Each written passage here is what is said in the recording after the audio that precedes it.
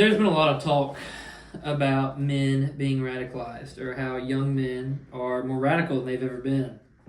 But no one talks about why.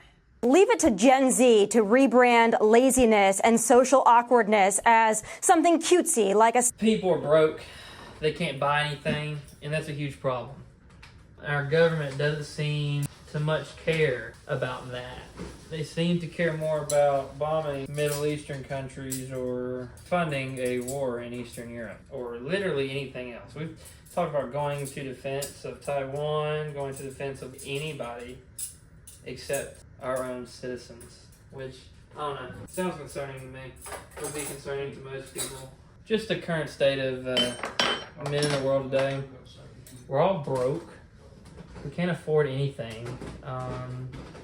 I don't know, I just feel like people would just wish they could live the same lives, not dare to live better, but the same lives as their parents did. And it just seems the further and further we go, how more that could never be the case. So you combine, a government that doesn't seem much to care about us or even acknowledge our existence a lot of times. Stack that on top of the dating market currently for most men. I am fortunate enough to not to have this problem. I have a wonderful woman in my life, but it seems like for the majority of men, finding women is worse than it's ever been. Right now, you look at what people are having to deal with. There's so many of these women on OnlyFans that are just throwing away any chance they're having a good man that will actually respect them in a relationship, just throwing it away. And I hate it for these girls because, they're young and they're gullible and they're easily persuaded. And somebody somewhere gave these girls the wrong idea. And now the cat's out of the bag. Fellas, they don't want that. They don't want to be the one to be settled down after you've had your fun. After all the Miami trips are done, guys will say that they don't. But was clearly lying. Combine the girl problem with, men being taught from the age of 7 to not be a man. I wouldn't go as far as having taught to be gay. They got the TV shows promoting anything but being strong and masculine. And it's just, I don't know. Men aren't falling for it, truthfully. It's so obviously pushed. They don't want you to have a family. Society feels like they're doing everything they can to slow men down. At one point, they used to be the providers of a home. And that's where, for better or worse, you can say what you want about equality and putting women in the workforce, but a lot of men took pride in that. A lot of men took pride in the fact that they could provide for their whole family and have their wife come home and, do other things while they had to work. They kind of liked the fact that, not that a wife didn't work, but that she didn't have to. But now that you have equal workforce participation, that can never happen again. So, you can't find jobs, can't find a home, can't find a girl. Your government hates you, has policies that are actively trying to bring people in here to give you more competition when it is already pretty hard to sustain where you're at the moment. And the government's sitting here wondering why men are getting radicalized. They have no future. That's what keeps men buying into the American dream, or just America in general, voting, is hope. Yeah, at least a sense that maybe in the future it can be a little better than today. And their kids could at least, bare minimum, live as good of a life, hopefully better, than they themselves lived. It just doesn't seem like this is on the agenda. We're like 30 trillion in debt. I don't know. Who's going to pay this? It feels like, just from the man's perspective, that a man today has to work twice as hard just to get half as much. And it's troublesome. It makes men stop believing in the system. It radicalizes them, as a lot would say. They don't care anymore. They realize the Republicans don't care about them. They care about protecting their Middle Eastern ally over anyone, including their own citizens. We told we were going to get mass deportations, and told we were going to get the Epstein list. We're being told we're going to get a lot of things. like we're going to get better prices, the economy's going to look. Young men couldn't care less about the GDP. We don't have money in the market because we don't make any money. Nobody has jobs. We're all broke. So yeah, S&P goes up 10% every year. Awesome. I'm willing to bet that. I mean, who's that going to affect? It's just going to help the boomers. It's just going to help the people that are going to retire because we don't have expendable money. People today can't support a family. They barely make enough to support themselves. Ultimately, what really matters is what's going to happen from this. I'll say this. So far, we've seen various results. A lot of men are just kind of checking out, you know.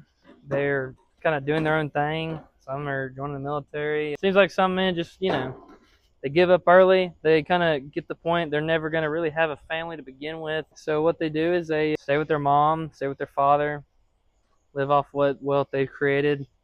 You know, maybe get their little job when their dad threatens to kick them out or whatnot. But, you know, you're not seeing the ambition is used to seeing out of young men at this age group. I'd say the age group being 18 to 35. And it's concerning because, you know, you're seeing the rise of extreme people and extreme rhetoric. And you can't really blame them. When it gets bad enough, what do you expect them to do? You are creating the problems that are leading them to Andrew Tate. Andrew Tate's offering the solution to the problem, and you're wondering why they're listening to Andrew Tate. You know, this is a system you created. You know, you made the bed, you got to sleep in it. It just seems like either A, they know what they're doing, and they're letting this happen for some reason, or B, that they don't know what they're doing, and they're just that incompetent. But really, people don't believe B. I mean, there's just no way these people are just this stupid. Why radicalize the men? Or why put them in a position to where they have no other option? Because it seems like that's what's happening here. Everybody's wondering why young men were going to Trump. And what other option they got? They've seen, you know, how things have been going. And it's not like Trump has done or will do any better. As we've seen the past 6-7 months, he's just going to go the status quo. And not much we can really do about it.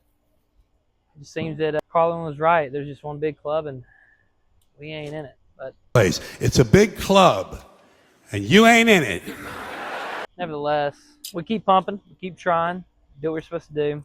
But I will say this, there is a serious concern. And the mainstream media, the news, is starting to pick it up. They understand what's happening. My diagnosis is, why are they so shocked? Like, how could you not see this coming? You have demoralized men down to its core. And you are surprised that they're looking at who they deem crazy right-wing people and crazy left-wing people. I wouldn't be shocked if the current Republican and Democrat establishment that is currently in power, once the boomers go, it's it for them. They've got no base. Look, man, I mean, we don't care about sending money to Ukraine or Israel. We want to be able to take a family to a big city without stepping over homeless people, seeing needles, drugs everywhere. You know what's crazy is, like 60 years ago, that was not a crazy thing to ask. Not even 60. 2000, the year 2000, 25 years ago, this was not a crazy thing to ask people. It became bizarre to say, hey, I want to live in a community that, you know, has the same values, looks like me, has the same religion. Maybe I don't want everything to be diversified. It just feels like all this stuff was really just forced upon us.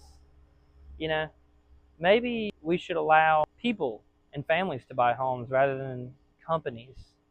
You know, maybe that could cause a long-term effect that could hurt families down the road. Who would have thought of that? I will say, the more nothing changes on the subject, the worse it will get. You've just seen this throughout history and throughout time, that if you abandon the men that, you know, support the country, support the underlying principles of that country, then one day you're going to need those men to fight for you. Because there will be enemies at the door. Once that day does come, if they don't care to fight for you, you're in deep trouble. Well, if this video reaches its target audience, men, we've got work to do. We shouldn't just take all of this and understand that it's never going to get better, and that's that. You know, we have to go do stuff. We have to be active. We got to make active changes. We're going to have to suffer. just because our grandparents and parents didn't do that. You know, we're going to have to go through the wood chipper. It is what it is. But it's our job in the future to elect leaders, create policy, and elect leaders that represent us. And I know it's easier said than done. They all say they represent us. You know, it's so tough because we love representative democracy until our representatives hate us. But back on subject, we got a lot of work to do. We need to ensure that the future changes. We don't want our children and our grandchildren to go through the same problems that we have. So it's up to us to do something about that and change the future. Don't lose hope and be better. Or Completely crash out and make them all pay. yes!